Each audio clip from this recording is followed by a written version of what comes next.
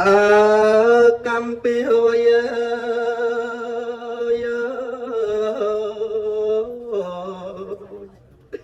បានជាខ្ញុំក្រងរងទុកធំអ្វីម្លេះណារស់នៅសុខត្រូវប្រត់មេត្តាឲ្យខ្ញុំជឿផ្សា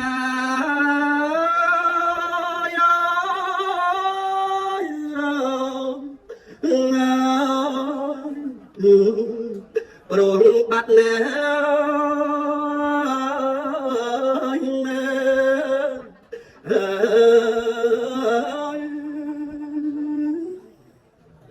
អោកម្មលោកីអ្នកមិនប្រណីសោះ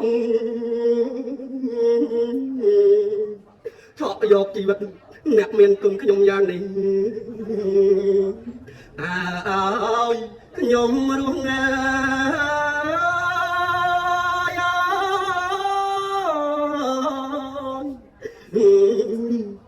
យ៉ាងណា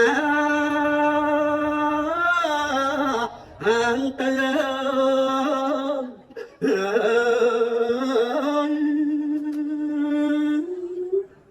អោអ្នកមានគុណមិនដេចលោកចាក់លេទុកឲ្យរូបកូនរុងរងទុកកំព្រារងទុកវេទនា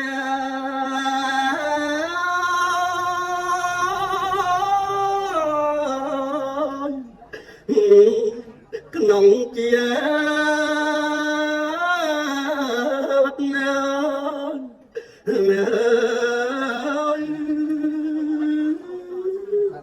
ពេលថ្ងៃនេះទៅខ្ញុំទៅនៅឯកាលែងឃើញមុខម៉ែលែងបានស្ដាប់វាចាមេត្តាទៀតណាយា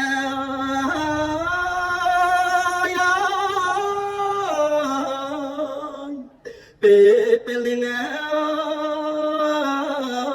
ទៅ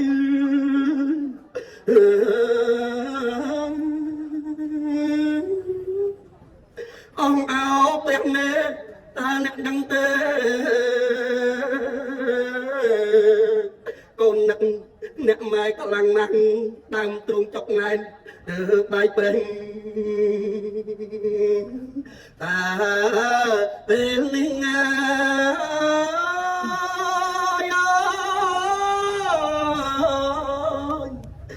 នាងនៅទី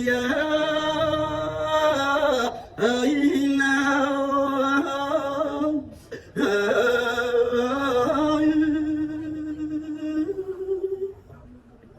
អង្គអោព្រះមេត្តាកូនសូមខមាទុំក្រែងកូនធ្វើខុសលើព្រះមេត្តាសូមលោកអភ័យអត់ទោសាដល់កូនផងណា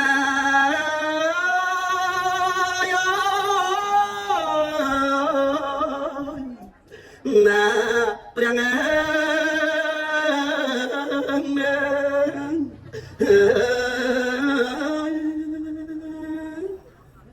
បបិទទេវតា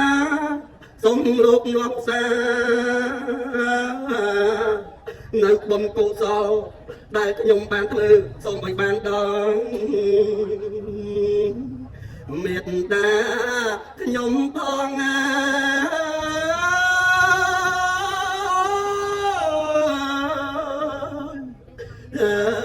ផងណា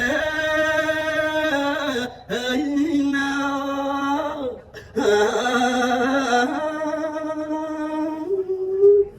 សូមអនុមោទនា